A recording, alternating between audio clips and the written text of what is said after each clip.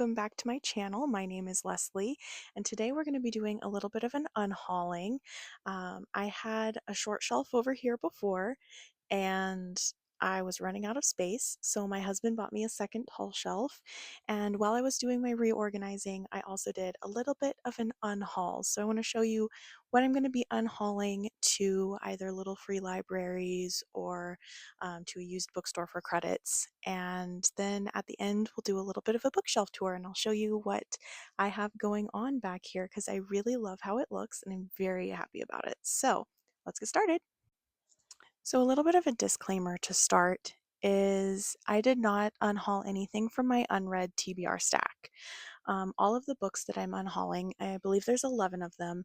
I have read most of them. There are a couple that I have not read, but I'll explain why I'm getting rid of a book I haven't read when I get to it.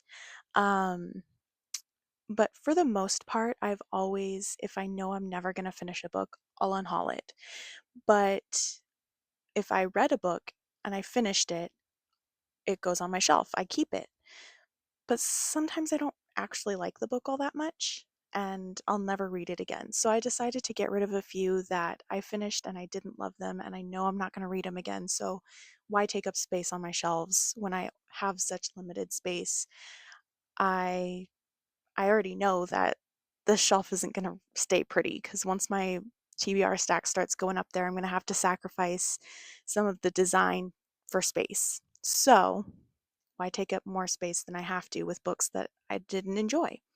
So, with that knowledge, we'll get started with the unhauling. So, first we have a series, and that is the Keys to Love series by Priscilla Oliveras. The first one here, Island Affair, this is one of the ones that I didn't actually read.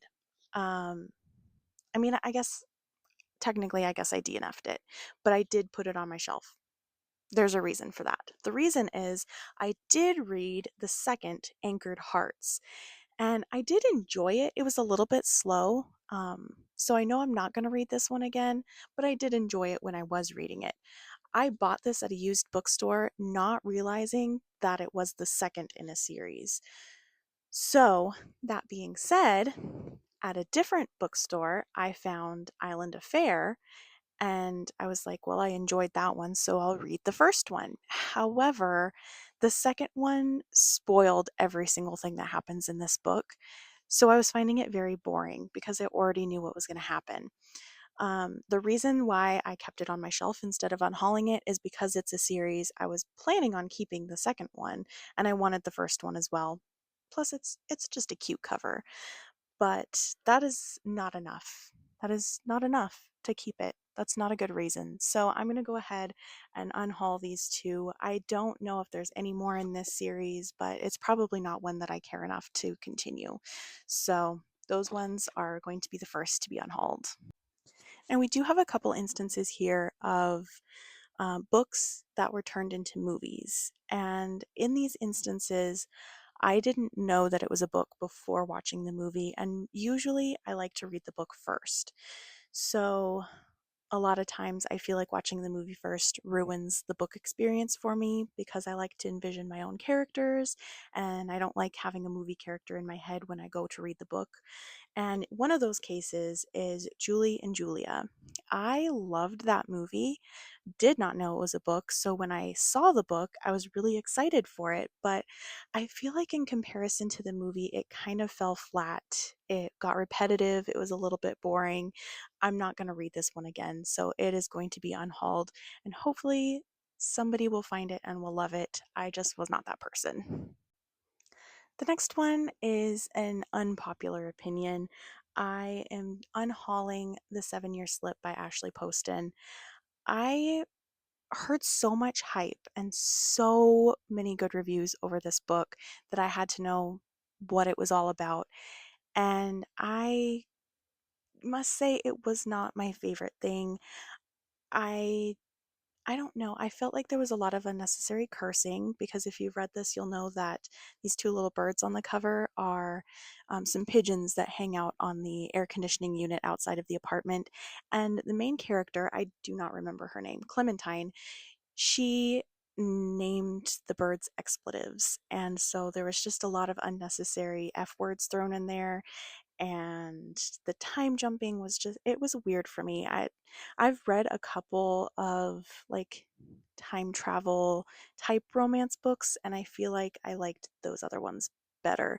So this one's getting unhauled, and because there's so much hype and so much love for this book, I just know that somebody is going to find this in the used bookstore or the little free library, and they're going to be so excited. So I am really happy to give this to somebody who's going to love it.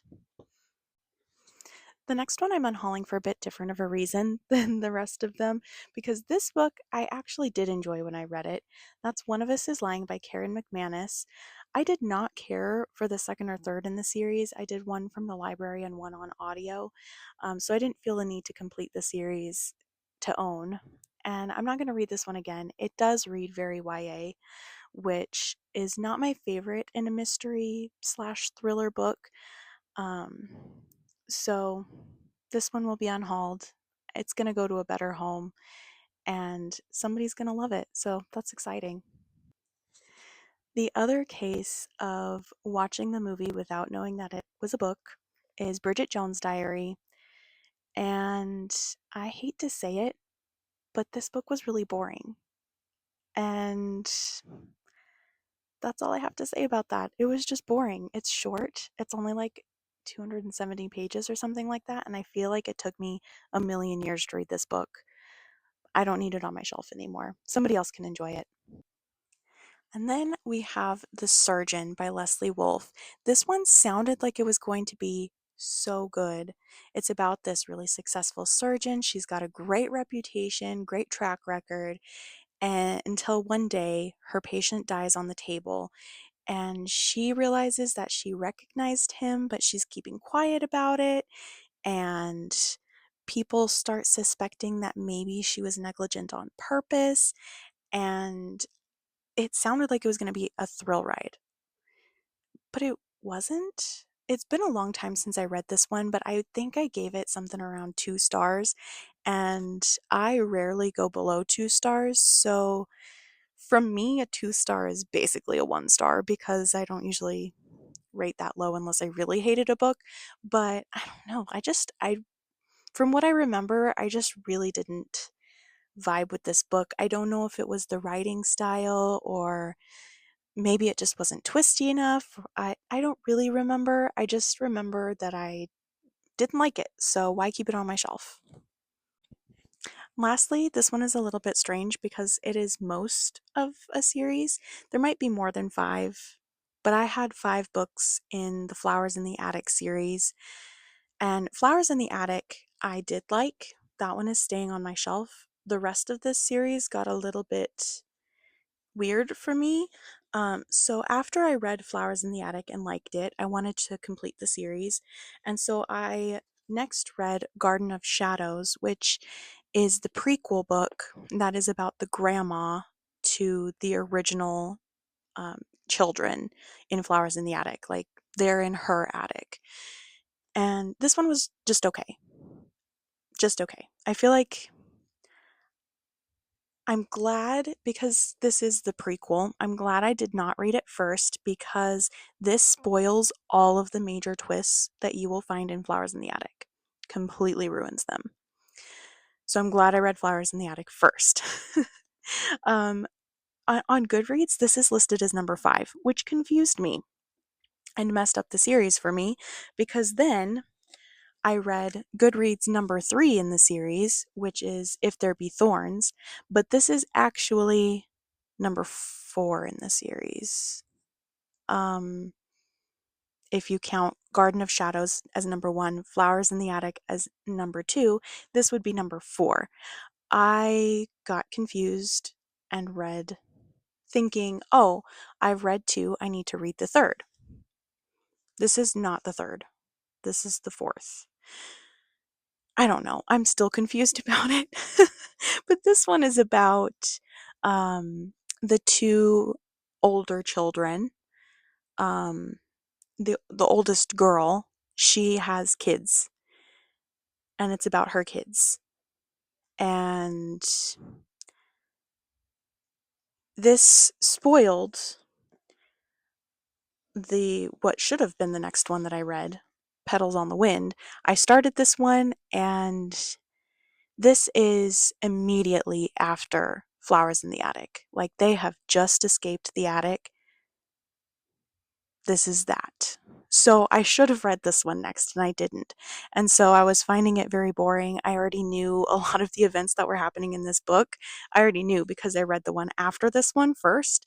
So that was my fault, but I was very confused by the whole like prequel being listed as number 5 situation. And then the actual fifth one, if you count the prequel first, the actual fifth one is Seeds of Yesterday. I never actually even read this one. So I have nothing to say about that one. I don't know who it's about. Um, so yeah, I'm gonna unhaul those 4 and just keep Flowers in the Attic because that one I will probably actually read again, and none of those are ever gonna be read again. And also, I wanted my series to match. I wanted them all to be this size paperback.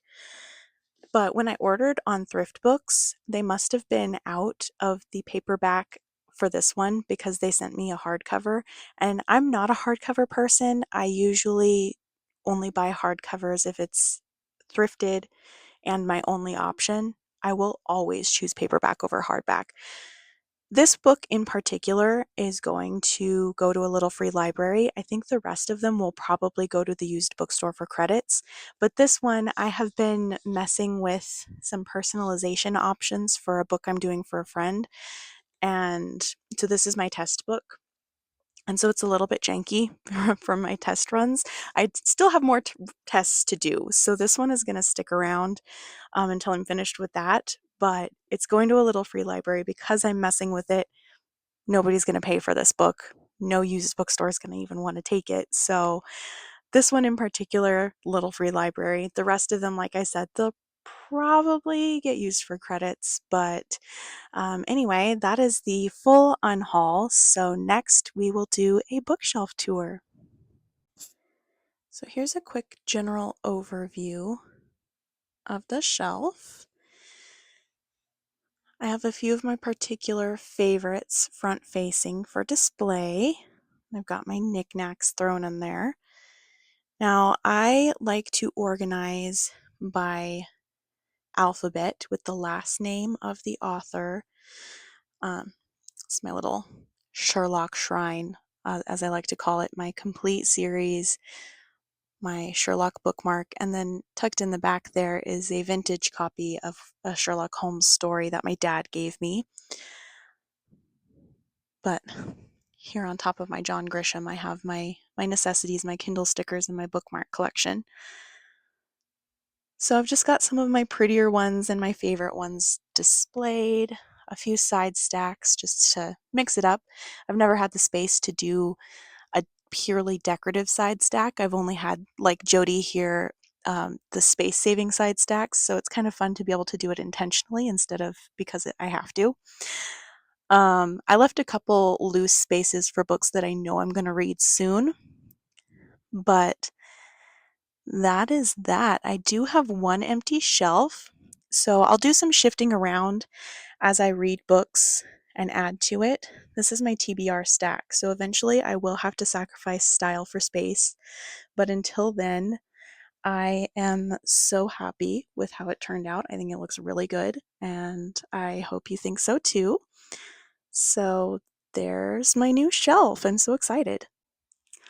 Thank you so much for watching. I hope you enjoyed this video. Feel free to like, comment, and subscribe. Let me know if you have any ideas for videos you'd like to see. And until then, I'll catch you in the next one. Bye!